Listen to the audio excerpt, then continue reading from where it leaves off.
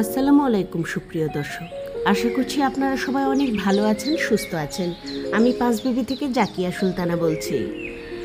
Muaz and moms cooking ছোট্ট চ্যানেলে আপনাদের আবারও স্বাগত জানাচ্ছি ছোট্ট একটা রেসিপি দেখার জন্য। আজকে শুক্রবার, ছুটির দিন, সকালবেলা, আর তাই তো এইরকম গরম গরম রেসিপি হলে গরম ভাতের সঙ্গে একদম জমে যাবে। তো সকালবেলা ছুটির দিন, আমাদের বাসায় সবাই গরম ভাতই পছন্দ করে, তাই রান্না করে নিচ্ছি আজকে চিকেন কারি। আর একদম সাদামাটাভাবে এই চিকেন কারিটা রেডি করছি। প্রথমেই তেল নিয়ে একটা প্যানের মধ্যে গোটা জিরা ফোড়ন দিয়ে একটুখানি ফালি ফালি করে কেটে রাখা আলু দিয়ে হলুদ দিয়ে ভেজে নিচ্ছি। দেখতেই পাচ্ছেন খুব সুন্দর করে ভেজে নিচ্ছি।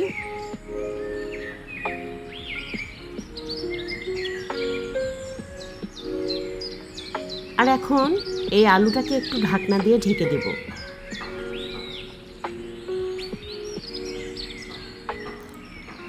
ঢাকনা দিয়ে ঢাকা অবস্থাতেই খুব সুন্দর করে ভাজা ভাজা হয়ে যাবে, দেখতেই পাচ্ছেন। ব্যাস, এখন আর বেশি ভাজবো না, এইটুকু ভাজা হলেই যথেষ্ট। উঠিয়ে নেব আলুগুলো।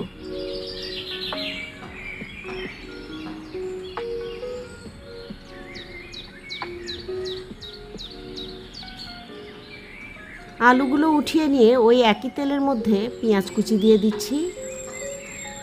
পেঁয়াজ কুচি দিয়ে একটুখানি ভাজা ভাজা করে নেব।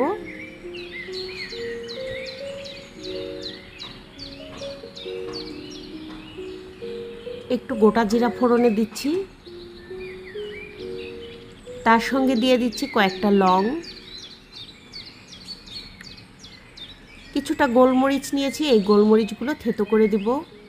আর নিয়েছি সাদা এলাচ, একটা কালো এলাচ, বেশ কয়েকটা সাদা এলাচ, 7-8টার মতো।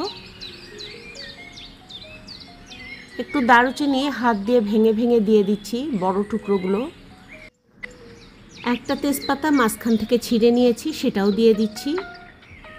আর ওই যে গোলমরিচটা আমি থেতো করে নিয়েছি, আর সাদা এলাচ, কালো এলাচের সব কিছু একসঙ্গে থেতো করে নিয়েছি, যাতে দানাগুলো ফেটে যায়, ভিতর থেকে ফ্লেভারটা বেরিয়ে আসে। এখন সব কিছু দিয়ে হালকা হাতে একটু ভেজে নিচ্ছি। এখন এখানে আদা রসুন জিরা বাটা দিয়ে দিচ্ছি পরিমাণ মতো। আমি এখানে 2 টেবিল চামচ দিয়েছি উঁচু উঁচু করে। আর লবণ দিয়ে দিচ্ছি স্বাদ মতো, হলুদ গুঁড়া দিচ্ছি, আর দিচ্ছি মরিচ গুঁড়া। তো এই রেগুলার মশলাগুলো দিয়ে খুব ভালোভাবে কষিয়ে নিতে হবে। কষানোর জন্য একটুখানি পানি দিয়েছি, যাতে মশলাটা পুড়ে না যায়। মশলা পুড়ে গেলে খাবারের টেস্টটা একদমই ঝাঁঝালো আর অন্যরকম হয়ে যায়। সেই খাবারটা খেতে ভালো লাগে না, হোক সে যত দামি খাবারই আর লোভনীয়। তো দেখতেই পাচ্ছেন মশলার মধ্যে এখন আমি মুরগির মাংসটা দিয়ে দিলাম। আর মশলার যে পানিটা আছে, পানিটা যে দিয়েছিলাম, এর মধ্যেই মাংসটা সুন্দরভাবে কষবে। আর এই মশলার পানির সঙ্গে মাংসটা দিলে কিন্তু মাংসের গায়ে খুব দ্রুত ঝাল মশলাটা বসে যায়। উপর থেকে কাঁচা পাকা কয়েকটা মরিচ দিয়ে দিলাম, ঢাকনা দিয়ে ঢেকে দিলাম। তো বন্ধুরা, এরকম আরও অনেক ভিডিও কিন্তু আমার চ্যানেলে দেওয়া আছে, আপনারা আমার চ্যানেল থেকেও ঘুরে আসতে পারেন। আর যদি আমার চ্যানেলটা নতুন ভিজিট করে থাকেন, আজকেই একটা সাবস্ক্রাইব করে দিয়ে পাশে থাকা বেল আইকনটি বাজিয়ে অল অপশনে একটা ক্লিক দিয়ে দেওয়ার অনুরোধ করছি। এতে করে আমার সকল ভিডিওর নোটিফিকেশান আপনার কাছে আগেভাগেই পৌঁছে যাবে। আর ভিডিওটি ভালো লাগলে ছোট্ট একটি লাইক দিয়ে ভিডিওটি কন্টিনিউ করতে পারেন। আর কমেন্টে জানাতে পারেন আপনার মূল্যবান মতামত। এখন আমি মাংসটা খুব ভালোভাবে কষিয়ে নেব। আলুটাও দিয়ে দিয়েছি, আধা কষানো হয়েছে। এই সময় মাংস আর আলুটা খুব সুন্দরভাবে নাড়াচাড়া করে আরও একটুক্ষণ মিশিয়ে নিলাম ভালোভাবে। আর এখন ঝোলের পানি দিয়ে দেব।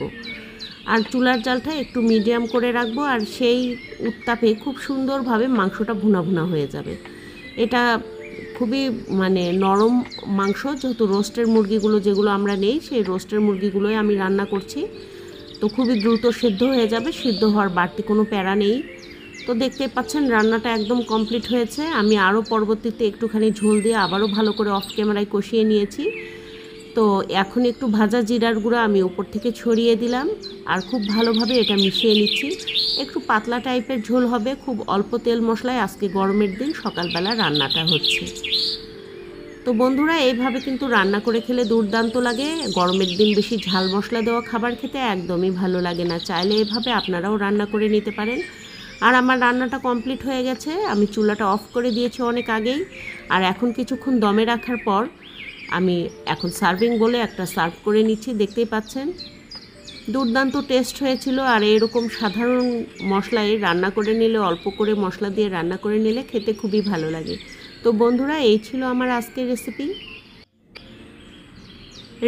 ভালো লাগলে লাইক, কমেন্ট, শেয়ার করে দেওয়ার জন্য অনুরোধ করছি। আর সেই সঙ্গে চ্যানেলটি সাবস্ক্রাইব করা না থাকলে সাবস্ক্রাইব করে নিতে পারেন।